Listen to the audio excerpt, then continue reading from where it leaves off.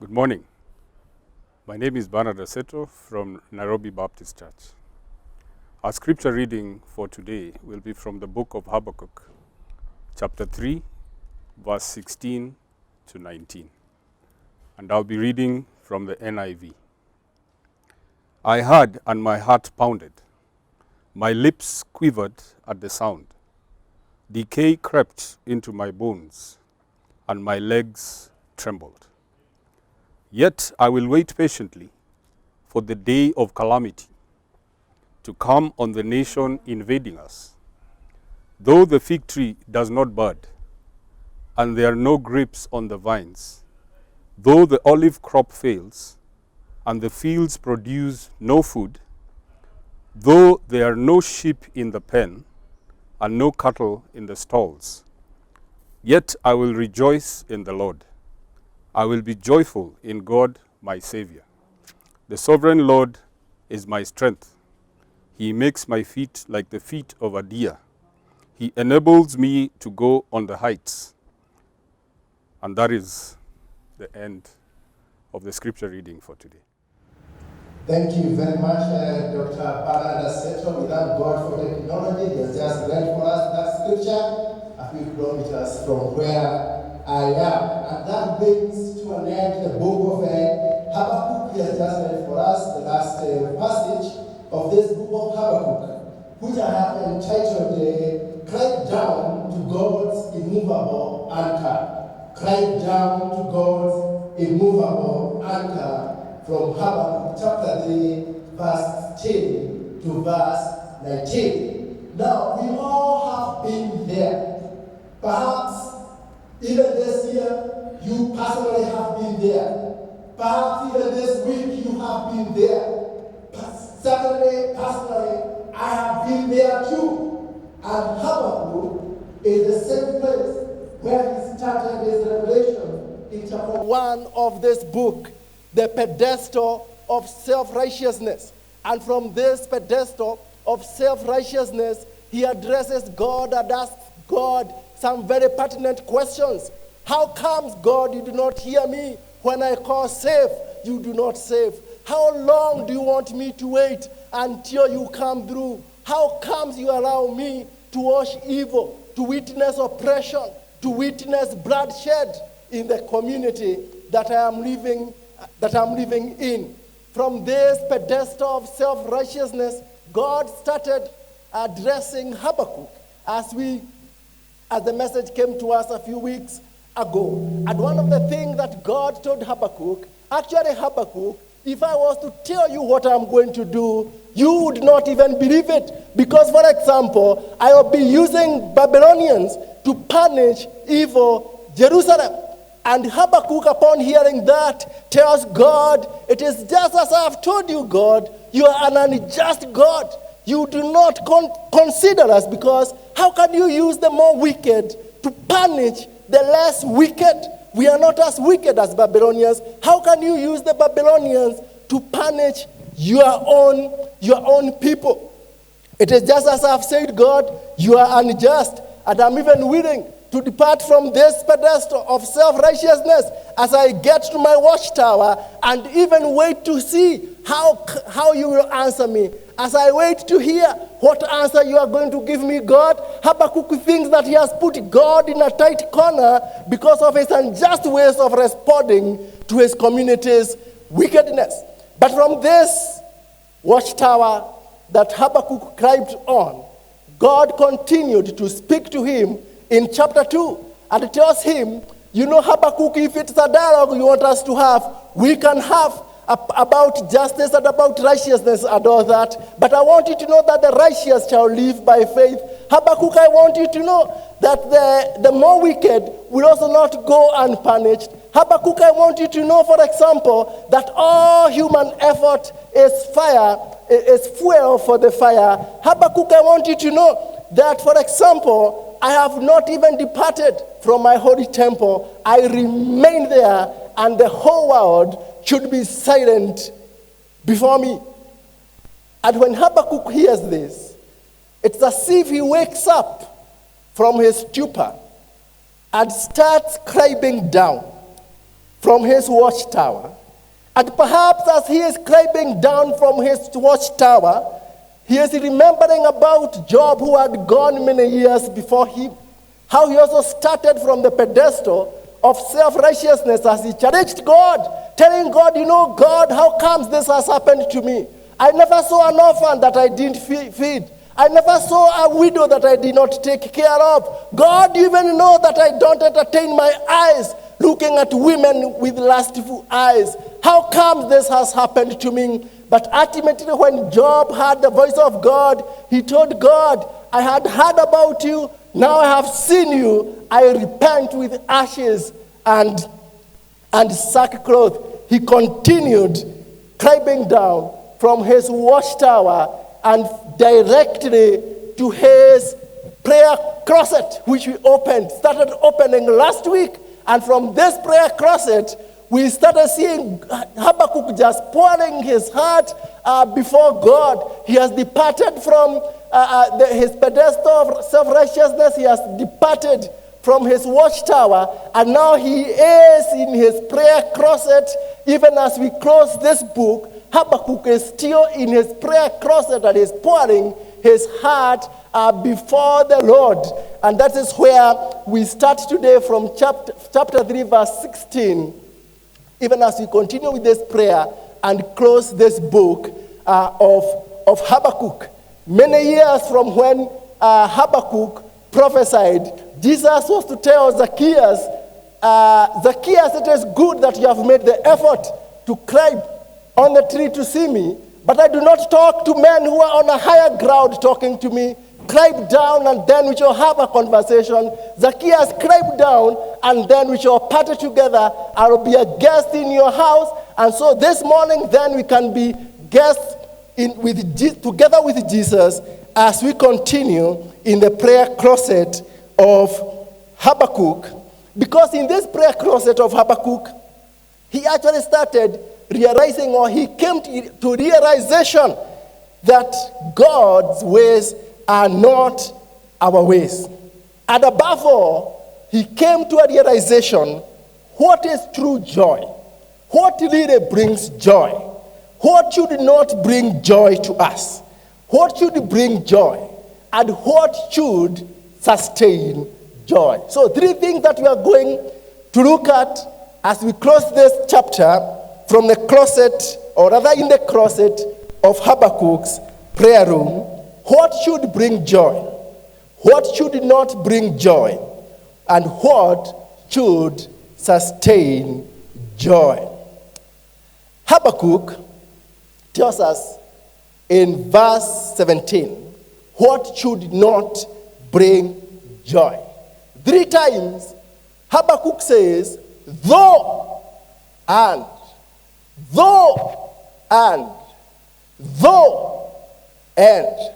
even if this happens and it is escalated to this, even if this happens and it is even escalated to this, even if this happens and it is escalated to this, I will be joyful. I will rejoice. Even if The fig tree does not bud, Habakkuk says. And there are no grapes on the olives. Even if, although the olive crop fails, and the fields produce no food, even if there is no sheep in the pen, and even no cattle in the stores, yet I will rejoice. Habakkuk is no longer even talking about luxuries here, brothers and sisters. Habakkuk is talking about the essentials. And he has reached a point that he is telling God that even if the essentials are not there, I will rejoice. My joy is not based now in anything else, including the essentials. My joy is somewhere else. As you know, even during this time of COVID-19 restrictions, the essentials are allowed free passage, even in areas where we are not supposed to pass. And I do think that for us, brothers and sisters, as we conclude this book of Habakkuk, we all need to reach where Habakkuk reached. Regardless of the title they give you, whether they give you the title of a hustler, whether they give you the title of a common man, or you are the one who addresses others as common men, we all need to reach where Habakkuk reached, where we can tell God, though, and 3 times, meaning incompleteness, whatever happens, my joy is secure. Now I know for those of us who live in the cities and the towns, and who perhaps only interact with the grapes from the supermarket, or with the cattle and the goats only in the butcheries and slaughterhouses, we may not quite understand what Habakkuk was saying at this particular time. But if you are to break it down to the city dwellers, it would be something like this. Even if I lose my job and my bank account runs dry, even if my fridge runs dry and I have cooked my last meal, even if I'm not able to go up country to get any bananas or potatoes that we used to get from there, and even my friends are in the same situation, so none can help me, yet I will rejoice in the Lord. Yet I will rejoice in the Lord. Perhaps when Habakkuk was telling God, how comes you are not saving? Habakkuk perhaps was looking at his sheep and cattle and the olive crop and the fig trees in his farm, and was wondering, God, why can't you save us from the Babylonians before they come and take over everything? But he reached a point, I said, God, I release everything. God, I release everything, including the essentials, including the food I eat, even if nothing is there. I will rejoice. As C.S. Lewis told us many years ago, he who has God and nothing else has no less than the one who has God and everything else, because these things are not a determinant of my joy. But if those things do not bring joy, or should not bring joy, then what should bring joy? What should bring joy? Our point number 2. Habakkuk tells us in verse 18 that even if these things do not bring joy, yet I will rejoice in the Lord. Yet I will rejoice in the Lord. I would encourage you to underline that simple word, in the Lord. Because it is in the Lord that Habakkuk found joy. After struggling, after wrestling with God, after accusing God, after wondering about God's justice, wondering when God will come to save, it is actually in the Lord that Habakkuk finally found joy. Joy is not based on what we see or what we have or what we do not have. That's what Habakkuk is telling us. Joy is in the Lord. Many times we have to admit that we never thought that schools can close. Whoever thought that airports can close? Whoever thought that hotels can close? And all the joy we found in dropping our children in these schools and picking them in the evening. The joy we found in dropping our children in the airport as they flew out of the country to go and study abroad. The joy we found in welcoming them back and walking to the airport to receive them back. The joy we found in boarding a plane and jumping from Nairobi to Kisumu or wherever else within a very short time. Whoever thought that these things can close? And so Habakkuk tells us that all these things I have considered, and they should not be the focus of our joy. They do not bring joy, because joy is in the Lord. And as he had been told in chapter 2, all human effort is fuel for the fire, and nations labor for nothing. So joy should come from the Lord. Joy should come from the Lord. Habakkuk says, this joy is from the Lord who is my Savior. Habakkuk had struggled with the salvation of God in chapter 1. In fact, this is the one thing that he really had struggled with, and when he opened his mouth the very first time in chapter 1, he asked God, how comes when I shout trouble, you do not save? How comes when I need your salvation, you are not there? How comes you do not save me from the situation that I am? How comes you do not save us from the situation that we find ourselves in? But now he comes, and actually after interacting with God, realizes that actually God is the Savior. And the fact that God is the Savior, that should give us joy. Because joy is not in the absence of disaster. Joy is not in the absence of anything else, but joy will be found when we are in the Lord. When we are in the Lord, that's where joy is, and that is where salvation is in.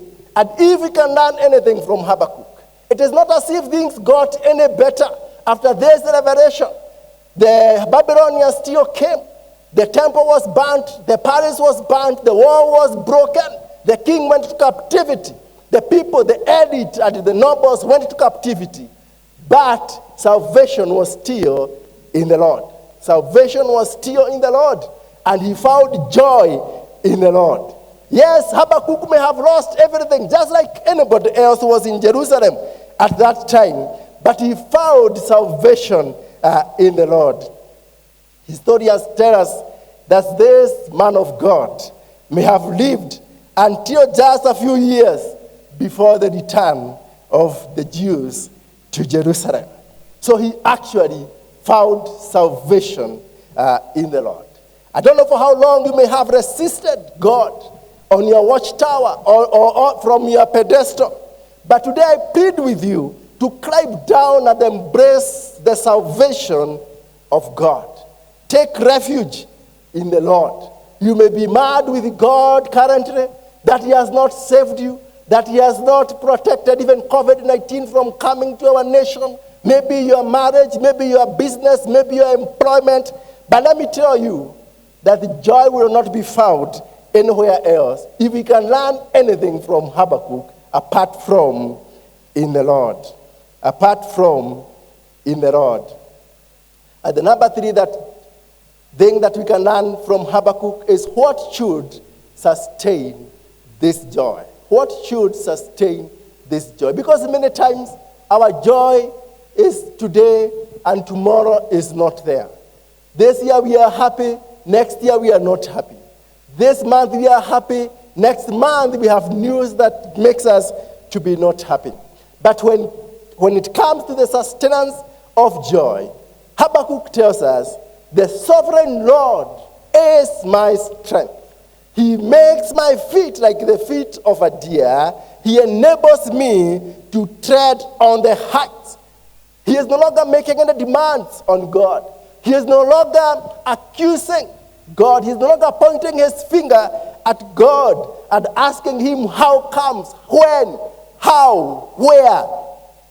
In other words, he is just acknowledging who God is and what God does to him. Perhaps out of the experience at this particular time, that God is his strength. And God himself made his feet like the feet of a deer. He enables him to tread on the heights.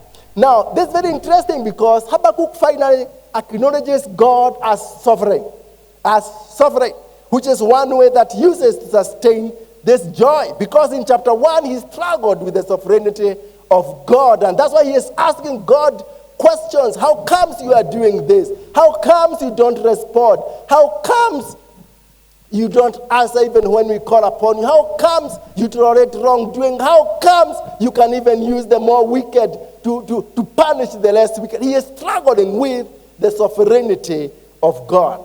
But he comes in verse 18, which is the last verse in this chapter, and says, the sovereign Lord. This is the final surrender that Habakkuk goes through. The final surrender, acknowledgement of God's sovereignty. God, the whole earth is yours. We ought to be silent before you. We are just the mud. You can model us in accordance with your will. He accepts that God has not vacated his holy temple. He sits there and the world should be silent before him. So he accepts that God is in charge. Even when seemingly there is so much chaos on the earth, he acknowledges that God is sovereign. He acknowledges that God is sovereign, and this sovereign God is his strength. It is not as if he said strength to him. He says, God, the sovereign God, is my strength. It is when I'm in him that I am strengthened. It is when we are together that I have the strength, like the feet of a deer, to run away from trouble, to run away from fire, to run away from the predators. When I am in him, he is my strength, and this sustains joy. Jesus was to later tell his disciples many years, remain in me, because if you remain in me, you will bear much fruit. Habakkuk started on a pedestal before climbing even on a higher ground of a watchtower. But now in his lowly and contrite state, in his prayer closet, he tells God, you are the one who enables me to climb the heights. God enables me to climb the heights, not pedestals or watchtowers, but the heights. Now he acknowledges that actually in God, when I'm in God, I'm able to climb even on higher ground, not the watchtowers, but on a much higher ground, because it is God who enables me to climb on a higher ground. Isaiah told us that God lives on a holy and a high place, but also with the one who is humble and contrite in the spirit. And in the scripture, there's no one. We don't have a record in the scriptures of anyone who fell down upon seeing the mighty hand of God, whom God failed to raise up and to lift up, whether they were the prophets or the kings, the beggars or the blind or even the outcast. Anybody who fell at the feet of the Lord, God always raised them up. For even Jesus, when he made the greatest climb down from heaven to the earth, Paul tells us in Philippians that then God lifted him up to the highest place, so that every knee shall bow and every tongue confess. And so Peter tells us ourselves, we should humble ourselves before the mighty arm of God. We should climb down from our watchtowers. We should climb down from our small pedestals and humble ourselves before the mighty hand of God. As the worship team leads us with a song, When the Oceans Rise, let's search ourselves and find out which pedestals or watchtowers we have climbed of late. We have climbed this year. We have climbed this week. We have climbed this month, and agree to climb down, come down together with Habakkuk to experience true and sustainable joy. For joy is not the absence of disasters or calamities or even pandemic like the one we are in. Joy is being able to soar with God high, above the disaster, above the storm, upon that which is disturbing us. Joy and finding salvation in God is being able to be above that in God, because He is with us. And when He is with us, we are overcomers. Thank you very much. When the oceans rise.